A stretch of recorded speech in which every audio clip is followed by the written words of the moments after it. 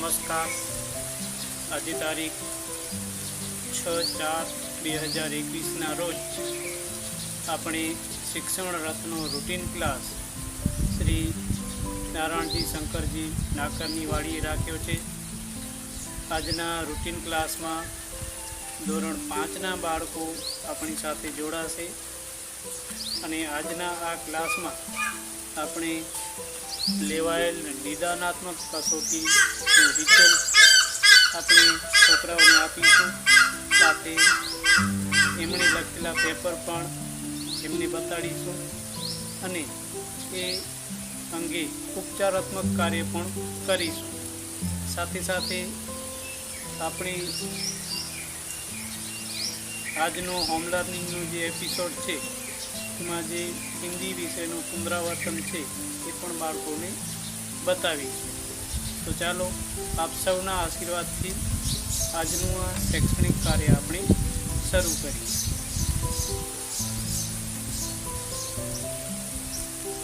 જો તમને પેપર આપ્યા છે બરાબર, એ પેપરના માર્ક્સ વિષય વાઇઝ તમે લખી લ્યો તમારી રફ બુકના છેલ્લા પાના ઉપર અથવા તો વચ્ચેના પાના ઉપર જ્યાં લખવું હોય ત્યાં.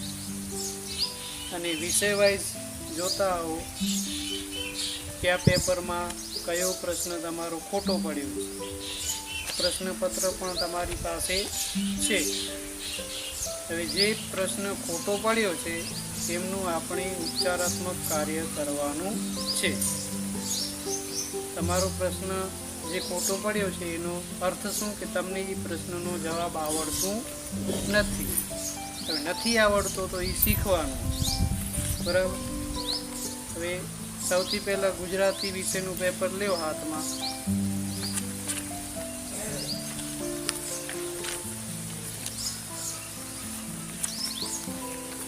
એમાં જુઓ કુલ કેટલા પ્રશ્નો છે? 8 છે ને? 8 પ્રશ્ન છે. એમાં પહેલો પ્રશ્ન કેટલા માર્ક્સનો છે એ પેપર ઉપર જ તમારે લખેલું છે.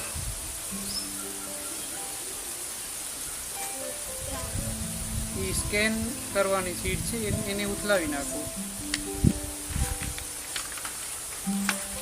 હવે જો પેપર ઉપર કુલ ગુણ અને મેળવેલ ગુણ પ્રશ્ન વાઇઝ લખેલા છે.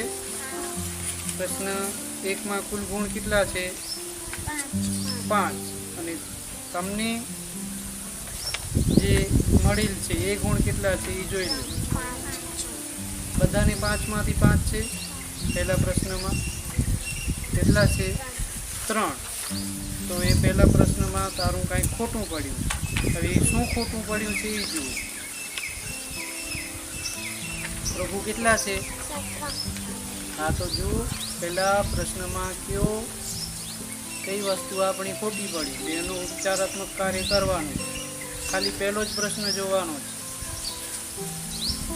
ત્યાં આપણને માર્ક્સ નથી આવ્યા.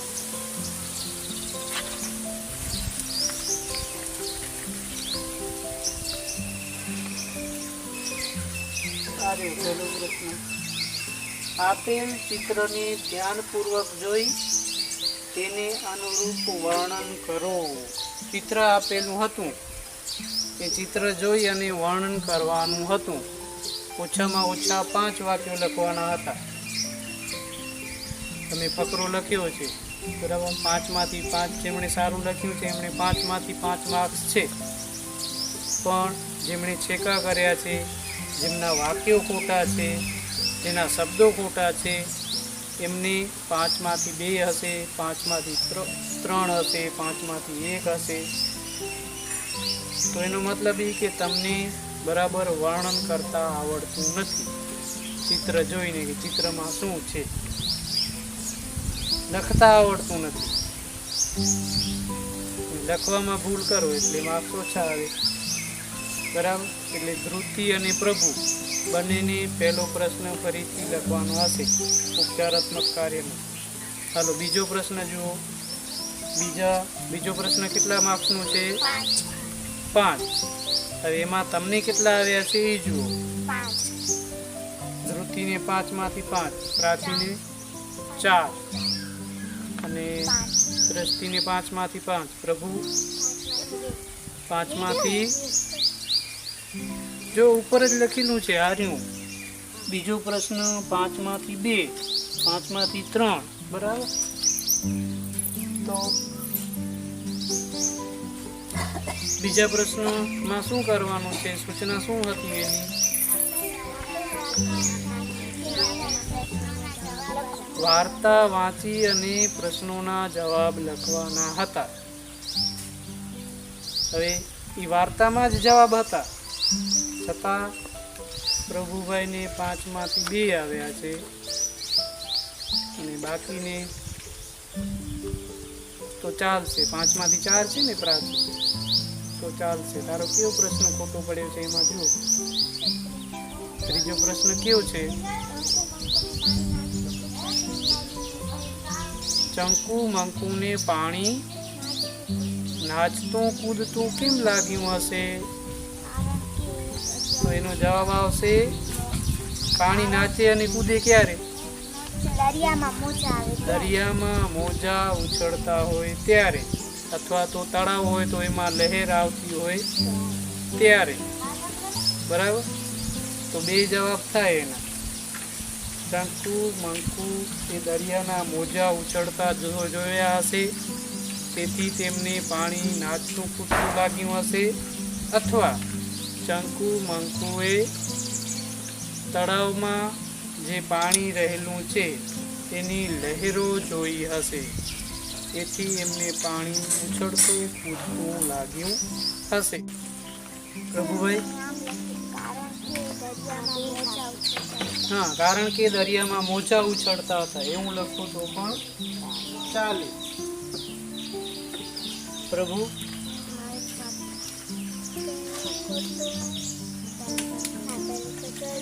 બીજો ખોટો છે, ત્રીજો ખોટો છે. હવે એનું સોલ્યુશન હું તમને બતાવી દઉં, બરાબર. ગુજરાતીનું સોલ્યુશન આપણે જોઈ લઈએ, પછી ઉપચારાત્મકની બુકમાં તમને તમારા જે ખોટા પ્રશ્નો પડેલા છે એ લખવાના છે, બરાબર. ખોટા પડ્યા છે એ જ, અને એ હું તમને કહીશ કયો પ્રશ્ન લખવાનો છે. આમની પહેલો પ્રશ્ન તો લખવાનો જ છે, પ્રભુને બીજો પ્રશ્ન લખવો પડશે, બરાબર. ખોટો પડ્યો એ જ, સાચું પડ્યું એ તો ફરીથી લખવાની જરૂર નથી. જે ખોટો પડ્યો છે એ તમે સમજ્યા નથી એટલે તમારો ખોટો પડ્યો, અને આપણે જે ન સમજ્યા હોય એ આપણે લખી કેમ શકીએ, એટલે આપણો ખોટો પડે. એટલે એ સમજવાની જરૂર છે, બરાબર. ત્રીજો પ્રશ્ન જુઓ. ત્રીજા પ્રશ્નો પણ 5 માર્ક્સનો છે, એમાંથી પ્રભુને છે 1, તો ત્રીજો પ્રશ્ન પણ પ્રભુને લખવો પડશે. કૃતિને 3 છે તો એમાં ખોટા પડ્યા એ લખવા પડશે. 4 છે અને દ્રષ્ટિને 5 છે, તો તારે 1 ખોટો પડ્યો છે, બરાબર. ચાલો, ચોથો પ્રશ્ન શું છે? 5 ગુણનો છે, પ્રભુને 0 છે, એમાં ધૃતિને કેટલા છે? 4, 1 ખોટો પડ્યો. પ્રાચી 4 એટલે 1 ખોટો પડ્યો, 4 એટલે 1 ખોટો પડ્યો, તો એ લખવાનું. ચાલો, 5મો પ્રશ્ન 5 ગુણનો જ છે, એમાં કેટલા છે? ધૃતિને 3 એટલે 2 ખોટા પડ્યા, તો એ લખવાનું. 5 માંથી 5, 5 માંથી 5, પ્રભુ 5 માંથી 0, એટલે એ આખો પ્રશ્ન તને લખવો પડશે સમજીને, બરાબર. પછી એલો છઠ્ઠો 5 ગુણનો છે, પ્રભુને 0 છે, ધૃતિને 2 એટલે એ લખવાનું. 2 તો એ લખવાનું. 5 તો તારે લખવાની જરૂર નથી. ચાલો, પછી 7મો પ્રશ્ન 5 ગુણનો જ છે ને, એમાં પ્રભુને કેટલા છે? 0. 7મામાં 1 છે, 0 છે. ધૃતિની રામસાત આનંદ 1, તો એ લખવું પડશે. 2, 5 અને 8મો પ્રશ્ન 5 ગુણનો જ પ્રશ્ન છે, એમાંથી પ્રભુભાઈને છે 1 4 5 5 तो ये प्रभुने लखवो पड़शे। पांचमो प्रश्न की आ छेल्लो प्रश्न केवो छे एमां जुओ तो प्रभुने केम एक सजावे छे। आठमो प्रश्न जुओ तो प्रभुए तो लख्यो ज नथी लागे नहीं। सर नीचे आपेल वार्तामांथी तेमांथी रूढ़िप्रयोग अने कहेवतो शोधीने लखवानी हती। तो ये हूँ तमने सोल्यूशन बतावी दऊं बराबर। एनाथी पहला आजनो होम लर्निंग जो छे आपणो एपिसोड एमां हिंदी में आपणो अभ्यासक्रम पूरो थई गयो।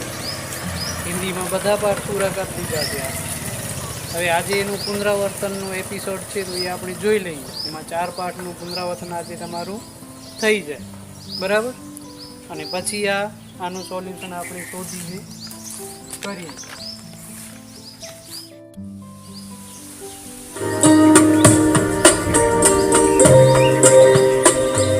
नमस्ते बाल मित्रों, होम लर्निंग कार्यक्रम में आप सभी का स्वागत है। आप सभी घर पे होंगे और खूब आनंद में होंगे। बच्चों, अभी तक हमने द्वितीय सत्र में सभी इकाइयों का अध्ययन कार्य होम लर्निंग के माध्यम से किया। बच्चों, आज द्वितीय सत्र की प्रथम 4 इकाइयाँ जिनका पुनरावर्तन कार्य हम यहाँ पर आज करने वाले हैं, जिनमें सबसे पहली इकाई है कैसा शोर। बच्चों, आपको याद होगा इस इकाई में हमने अलग अलग प्रकार की सब्जियों के बारे में जानकारी प्राप्त की थी और उन सब्जियों से होने वाले लाभ के बारे में जाना था। तत्पश्चात इकाई 10 सीखो। इस इकाई में हमने प्रकृति के अलग अलग तत्वों से हमें क्या क्या सीख प्राप्त होती है इसके बारे में हमने सीखा था। उसके बाद इकाई 11 सच्चा बालक। बच्चों, आपको सच्चा बालक अर्थात ईमानदार लड़के की कहानी तो याद ही होगी। जी हाँ, वही असरफियों वाली कहानी। जी हाँ, एक ईमानदार बालक कैसे किसी डाकू के जीवन को परिवर्तित कर देता है, यह इस कहानी में हमने सीखा है। तत्पश्चात चौथी इकाई दुमदुमा गांव के बच्चे। बच्चों, इस इकाई में हमने देखा था कि गांव के बच्चे मिलकर के एक साथ किस प्रकार से गांव में हो रही पानी की समस्या को दूर करते हैं। वे अपने गुरुजी के साथ मिलकर के एक तालाब खोदते हैं और बरसात के पानी का संग्रह करते हैं। इस प्रकार से गांव में जो पानी की कमी होती है वह दूर हो जाती है। तो बच्चों, इसी प्रकार से आज हम इन्हीं 4 इकाइयों को एक बार फिर से वीडियो के माध्यम से देखेंगे और उन वीडियो के आधार पर आपको प्रश्नों के उत्तर देने हैं। तो आइए हम इस पुनरावर्तन भाग 1 की शुरुआत एक बहुत ही अच्छे प्रश्न से करते हैं। प्रश्न 1, निम्नलिखित प्रश्नों के उत्तर दीजिए। कचूमर में कौन कौन सी सब्जियों का उपयोग होता है? बच्चों, हमने कैसा शोर इकाई पढ़ी है। आप सभी को याद आ गया होगा कि कचूमर में कौन कौन सी सब्जियों का उपयोग होता है। याद आया? जी हाँ, थोड़ा थोड़ा याद आया। चलिए, हम यहाँ पर एक वीडियो देखेंगे और उस वीडियो के अनुसंधान में हम इस प्रश्न का उत्तर खोजने का प्रयास करेंगे। आइए वीडियो देखते हैं। आखिर में कलगीदार बैंगन आया। उसने सभी को शांत करते हुए कहा, दोस्त, आप सब अपने अपने स्थान पर उपयोगी एवं सही हैं। मिलजुल कर रहने में ही हमारी भलाई है। शलगम, गाजर, बंद गोभी, ककड़ी, मिर्च को मिलाकर बनाया कचूमर लिज्जतदार होता है।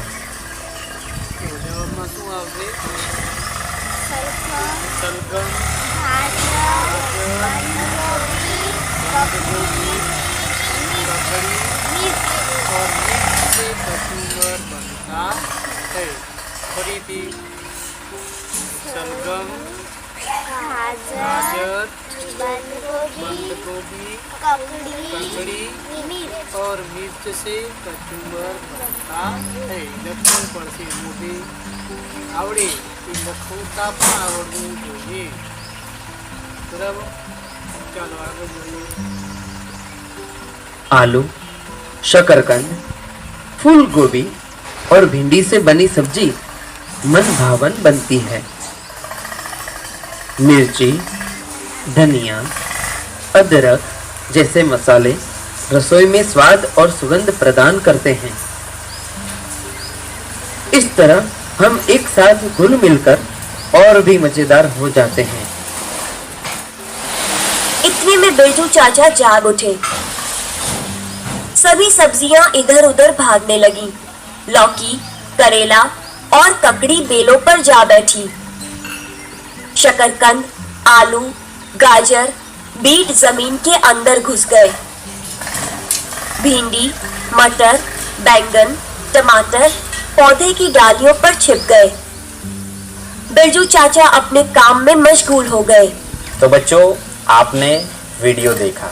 आप सभी को इस प्रश्न का उत्तर मिल गया होगा कि कचूमर बनाने में कौन कौन सी सब्जियों का इस्तेमाल किया जाता है। जी हाँ, जैसा कि आपने देखा, कचूमर बनाने के लिए शलगम, ककड़ी, बंद गोभी और गाजर का उपयोग कचूमर बनाने में किया जाता है।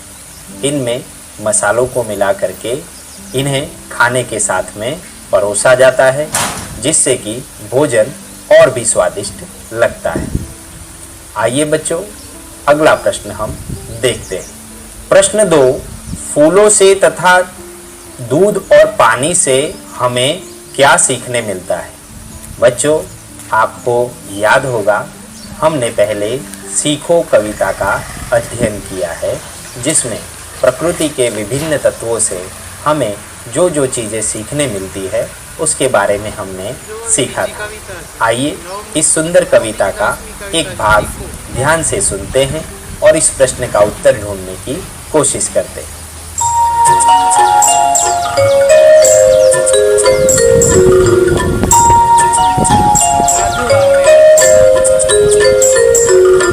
फूलों से नित हंसना सीखो, भौरों से नित गाना।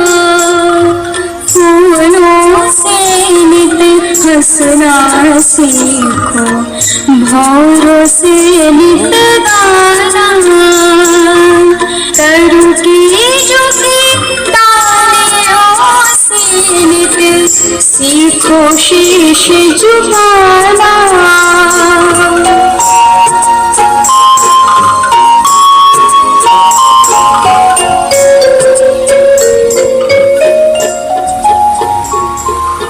सीख हवा के झोंकों से कोमल भाव बहाना।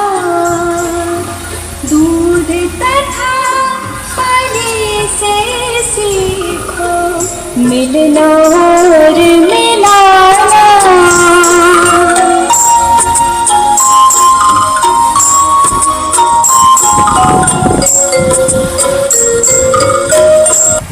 तो बच्चों, इस प्रश्न का उत्तर हम कुछ इस प्रकार दे सकते हैं कि फूलों से हमें हंसना सीखना चाहिए। फूल जिस प्रकार से हमेशा हंसते रहते हैं, उसी तरह हमें भी अपने जीवन में हंसते रहना चाहिए।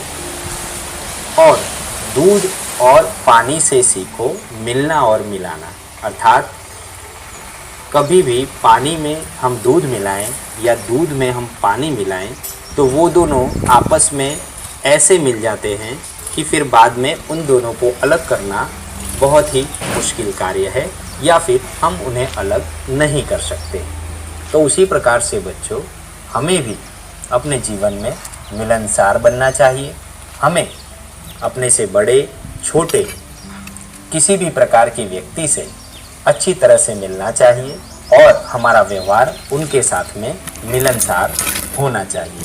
तो इस प्रश्न का उत्तर हम इस प्रकार से दे सकते हैं। बच्चों, आइए अगली इकाई के एक प्रश्न की तरफ हम आगे चलते हैं। प्रश्न 3, सरदार ने डाकुओं से कहा, लूटा हुआ सामान वापस कर दो। बच्चों, यहाँ पर सरदार ने डाकुओं से कहा कि लूटा हुआ सामान वापस कर दो। अर्थात डाकुओं के सरदार को ऐसा क्यों लगा कि उसने जो सामान लूटा था उसे वापस करने के बारे में सोचा।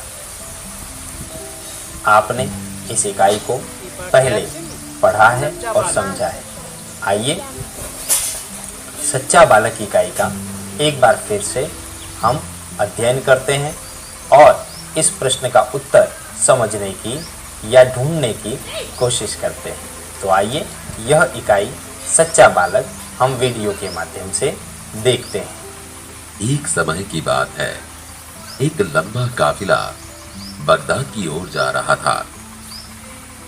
रास्ते में उस पर डाकू टूट पड़े और लूटमार करने लगे। उस काफिले में एक 9 वर्ष का बालक था। वह एक ओर चुपचाप खड़ा रहकर इस लूटमार को देख रहा था। एक डाकू की नजर उस लड़के पर पड़ी। तेरे पास भी कुछ है? मेरे पास 40 असरफियां हैं। क्या कहा? तेरे पास 40 असरफियां हैं? जी हाँ। डाकू लड़के का हाथ पकड़कर सरदार के पास ले गया। उसने अपने सरदार से कहा, यह लड़का अपने पास 40 अशरफियां बताता है।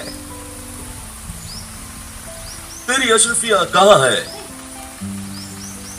लड़के ने अपनी सदरी को फाड़कर उसमें छुपी अशरफियां निकाली।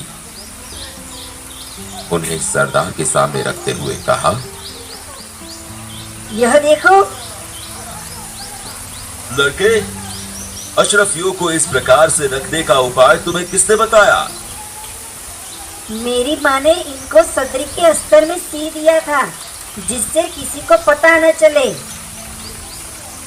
तो तूने अशरफियों का पता हमें क्यों बता दिया?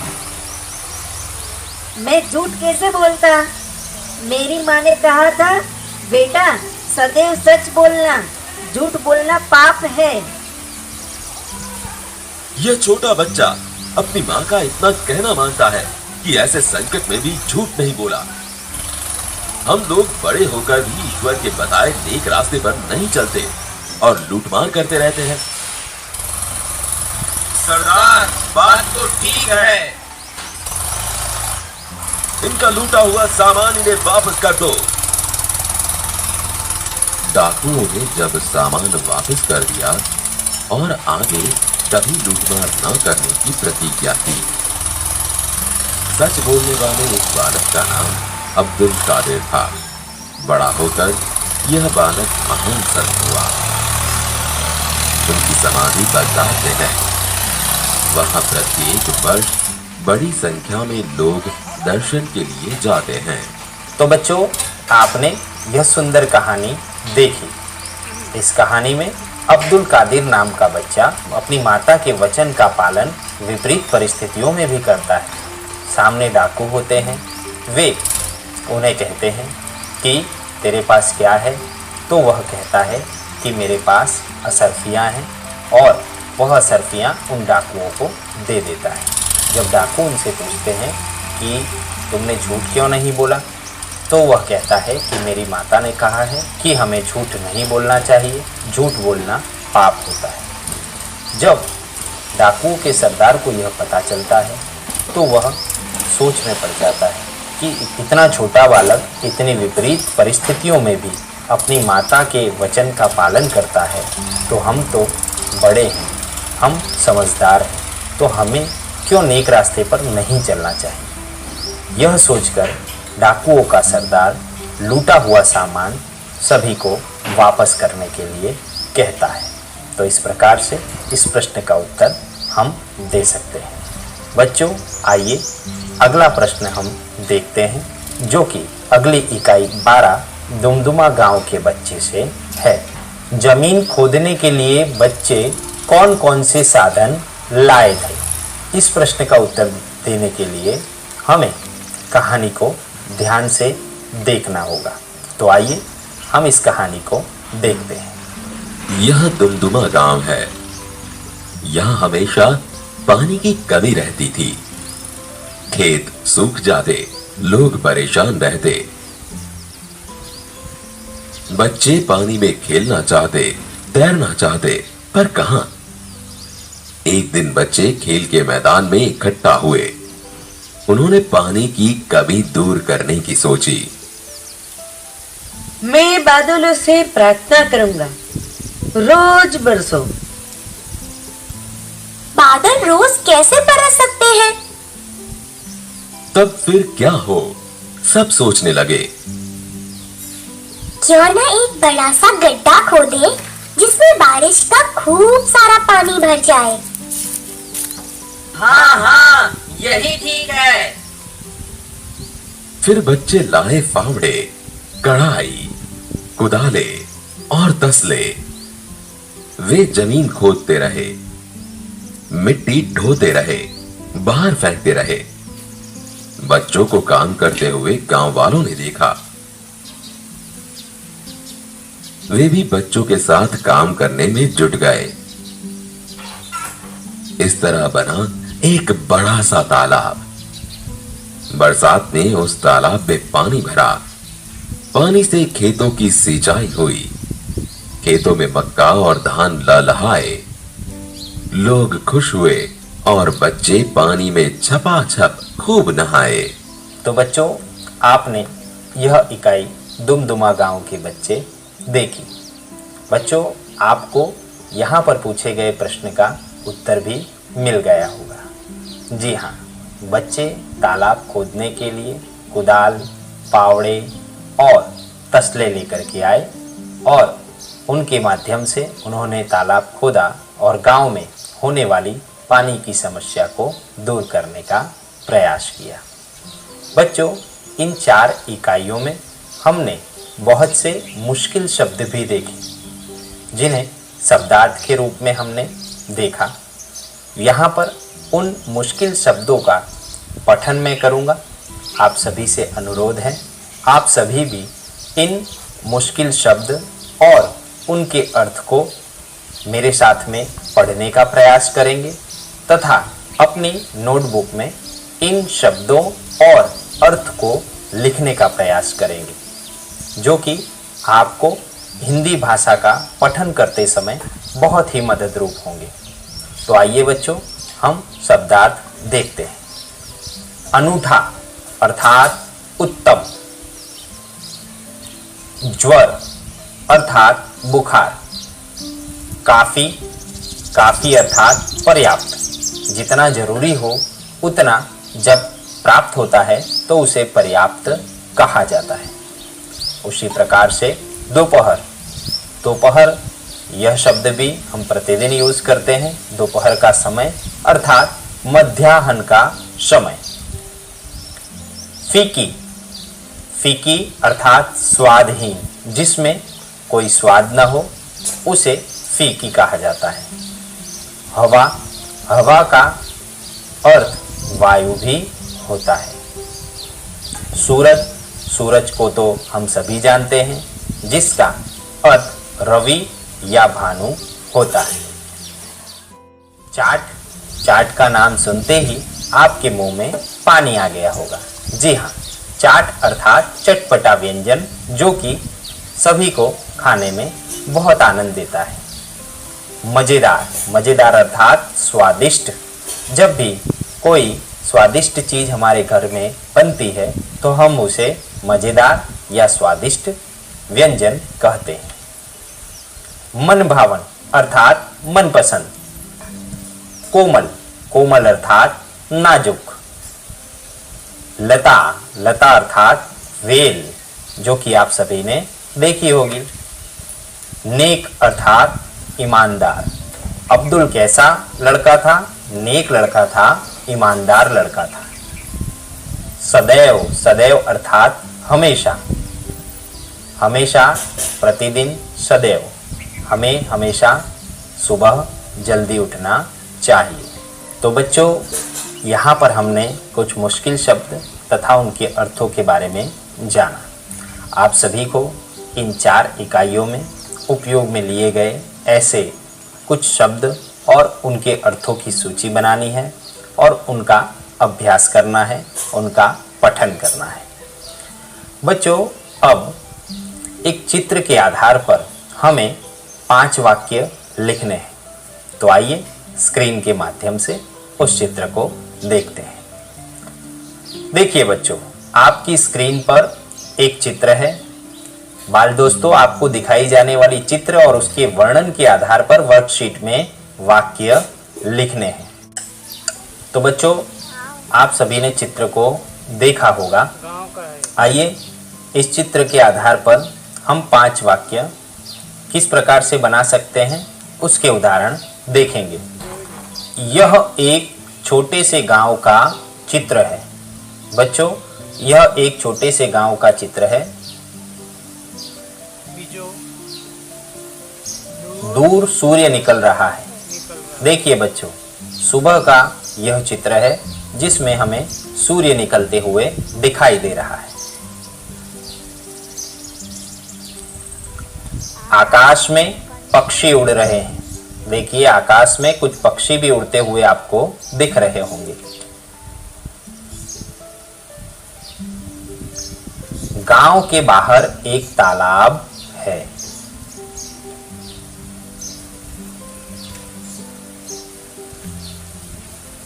तालाब के किनारे सुंदर पेड़ पौधे लगे हुए हैं।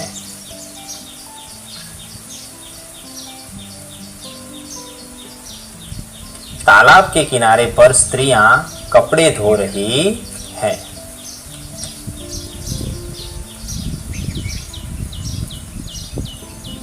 तालाब के किनारे कुछ बच्चे खेलते हुए हमें दिखाई दे रहे हैं। पास में ही एक खेत है जहां किसान हल चला रहा है।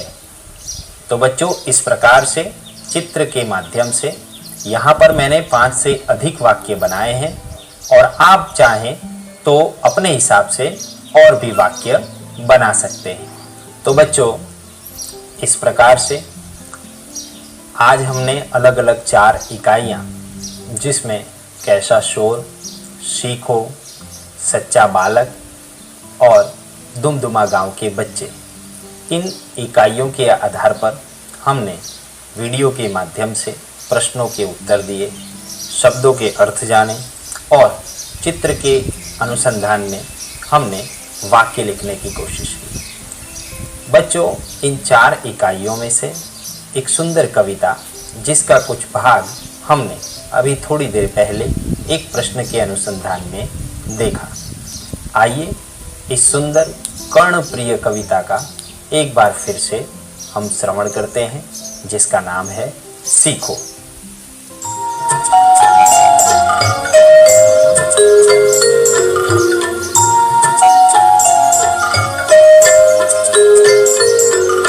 फूलों से नित हंसना सीखो, भौरों से नित गाना। फूलों से नित हंसना सीखो, भौरों से नित गाना। तरु की ज्योति डालियों से नित सीखो शीश झुकाना।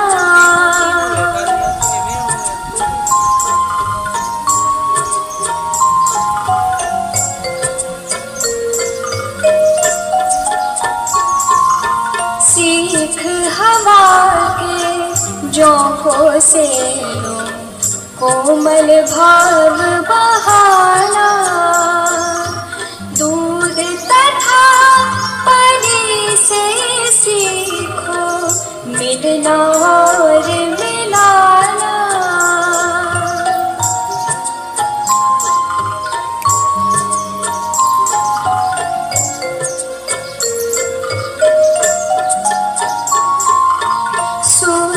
सूरज की किरणों से सीखो जगना और जगाना। लता और पेड़ों से सीखो सबको गले लगाना।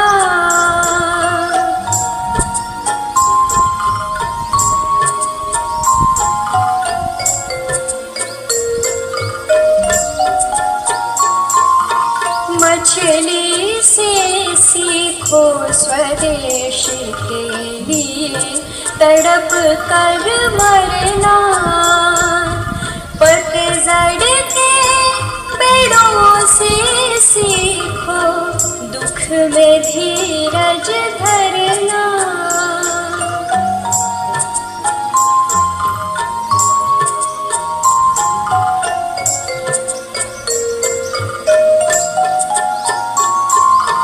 दीपक से सीखो जितना हो सके अंधेरा हरना। पृथ्वी से सीखो प्राणी की सच्ची सेवा करना।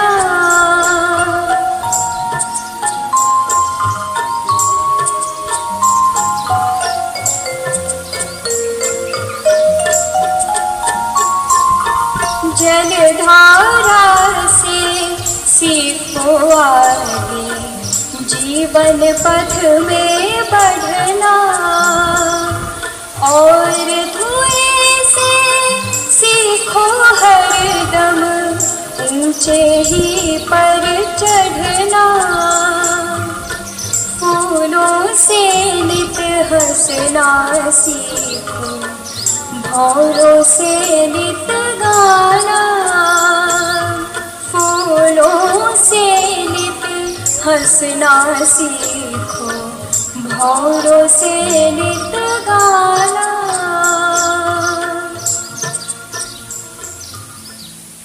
तो बच्चों, आपने इस सुंदर कविता का श्रवण किया।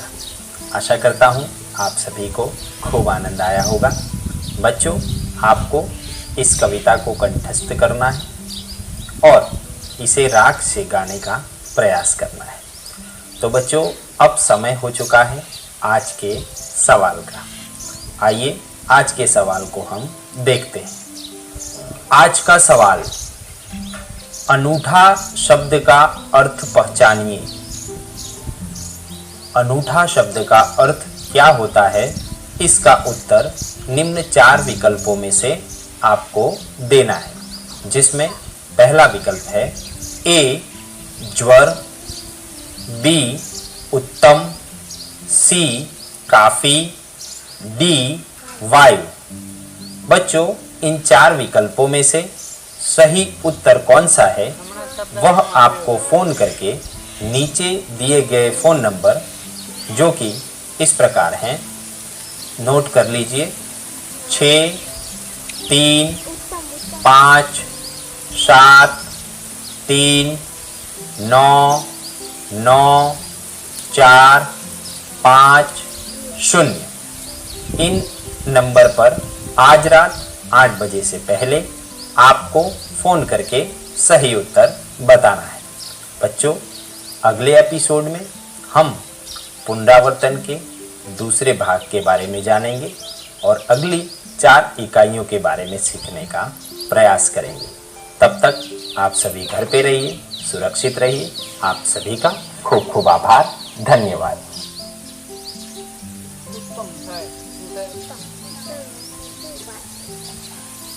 पहला तो मोटा बोले।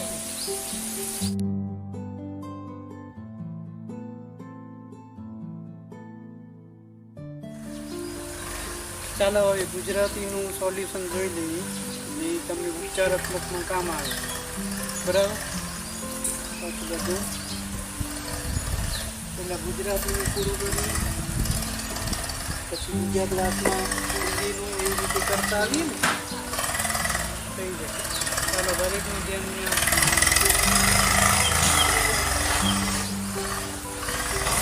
આ વિડીયોમાં આપણે ધોરણ 5 ગુજરાતી વિષયની પ્રથમ સત્રાંશ નિદાન કસોટીનું સોલ્યુશન જોઈશું. તો સંપૂર્ણ સોલ્યુશન માટે આ વિડીયોને અંત સુધી જોતા રહેજો. પ્રશ્ન 1, આપેલ ચિત્રને ધ્યાનપૂર્વક જોઈ તેને અનુરૂપ વર્ણન કરો. એટલે કે અહીં જે ચિત્ર આપેલું છે તેના આધારે વાક્યો લખવાના છે. તો આપણે લખીએ, આ ચિત્રમાં એક શાળા છે. મેદાનમાં ઘણા બધા બાળકો છે. એક બાળક ચિત્ર દોરી રહ્યું છે. 2 બાળકો ઝાડને પાણી પાવે છે. 2 નાના બાળકો જમીન પર રમી રહ્યા છે અને બીજા કેટલાક બાળકો ટેબલ પરથી નાસ્તો કરી રહ્યા છે. હવે પ્રશ્ન 2 જોઈએ. આપેલ વાર્તા વાંચી નીચે આપેલ પ્રશ્નોના જવાબ લખો. ચંકુ અને મંકુ વાનર બહુ આનંદ એટલે વાંદરો. આખો દિવસ વાડીમાં પાકા તાજા ફળ ખાવા, બાજુમાં વહેતી નદીમાંથી પાણી પીવું, ઝાડે ઝાડે કૂદવું અને મોજ કરવી. એક દિવસ ચંકુ અને મંકુ નારિયેળીના ઝાડની ટોચ સુધી પહોંચી ગયા. તેમણે દૂર દૂર સુધી નજર દોડાવી. બંને ખુશ થઈ એકબીજાનો હાથ પકડી કૂદતા કૂદતા વાડીના છેલ્લા ઝાડ પર પહોંચી ગયા. ત્યાં સામે જ પાણીનો અખૂટ ભંડાર દેખાયો. પોતાની જેમ પાણી પણ નાચતું કૂદતું હોય એવી તેમને આજે જ ખબર પડી. હવે એના આધારે આપણે પ્રશ્નોના જવાબ આપીએ. પ્રશ્ન 1 છે, ચંકુ અને મંકુ આનંદી છે એવું કઈ રીતે કહી શકાય? તો ચંકુ અને મંકુ આખો દિવસ વાડીમાં તાજા પાકા ફળ ખાતા, બાજુની નદીમાંથી પાણી પીતા અને ઝાડે ઝાડે ફરીને મોજ કરતા. એ પરથી કહી શકાય કે ચંકુ અને મંકુ આનંદી છે.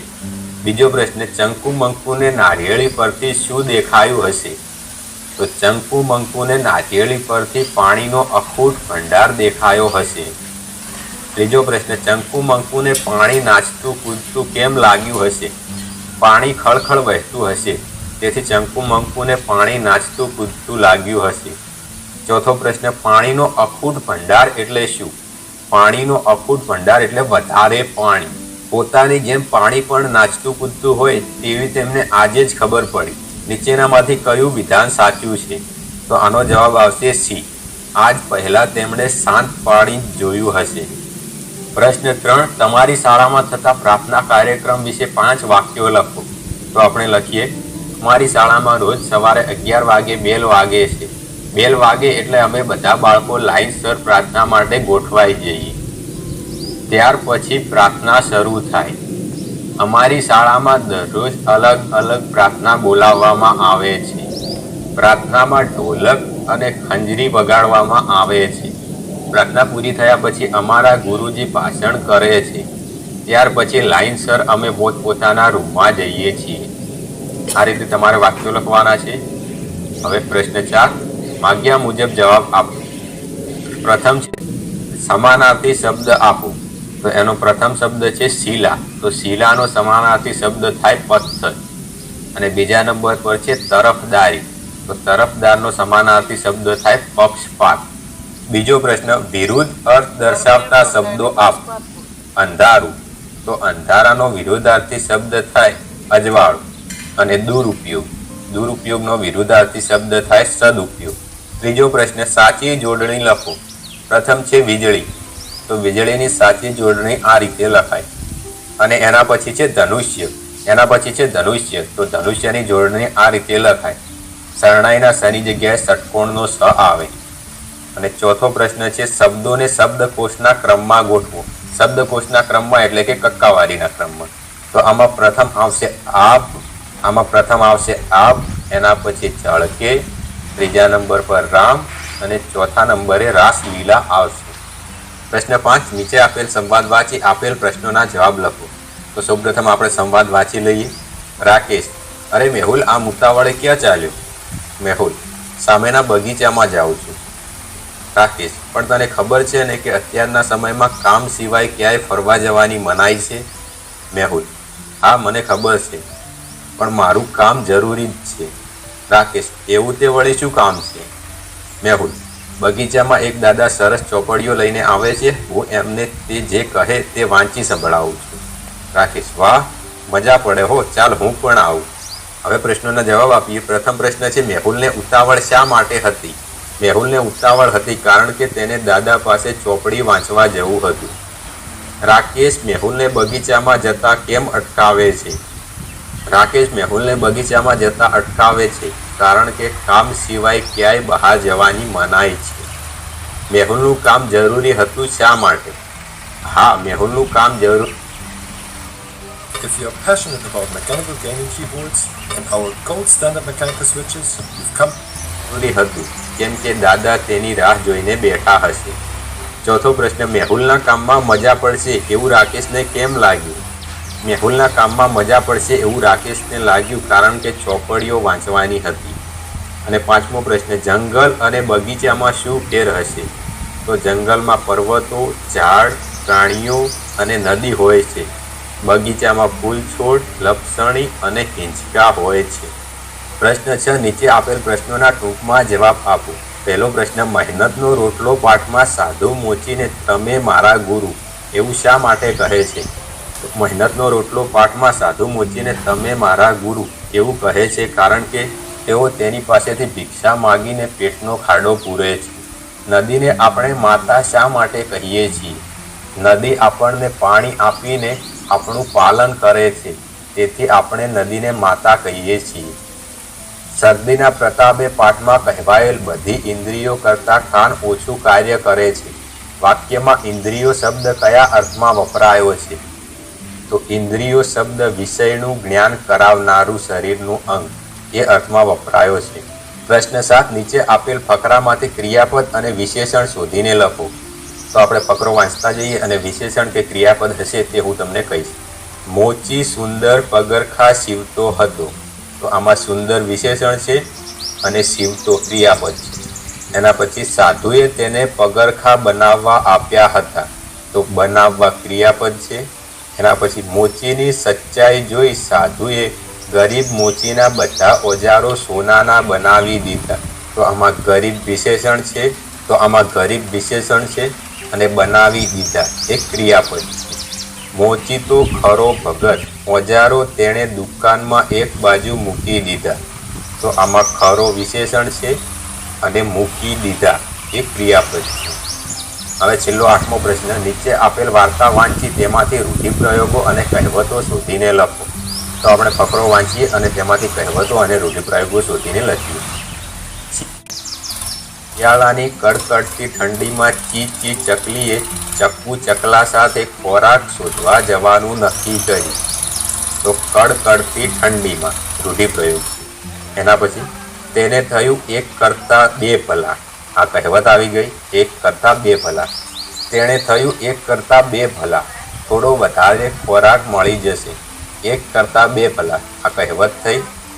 એના પછીનું વાક્ય, પરંતુ બચ્ચાને માળામાં એકલા મૂકીને જતા બહુ જીવ બળતો. તો જીવ બળતો રૂઢિપ્રયોગ. આગળ, કાળું કાગડો હમણાં બહુ ચક્કર મારે છે, પણ શું થાય? બધાના પેટનો ખાડો તો પૂરવો નહીં. તો પેટનો ખાડો પૂરવો એ રૂઢિપ્રયોગ થાય. એના પછી તેણે ચક્કુ સુગરીને પોતાના બચ્ચાને ભણાવવાનું વિચાર્યું. ચક્કુએ પણ કહ્યું કે આ કાળું તો આદુ ખાઈને પાછળ પડી ગયો છે. તો આદુ ખાઈને પાછળ પડી ગયો કહેવત થઈ. એના પછી તમે ચિંતા ન કરો, ચેતતા નર સદા સુખી, હું બચ્ચાનું બરાબર ધ્યાન રાખીશ. તો ચેતતા નર સદા સુખી એ કહેવત છે. તો મિત્રો આ હતું ધોરણ 5 ગુજરાતી વિષયની નિદાન કસોટીનું સોલ્યુશન. આશા રાખું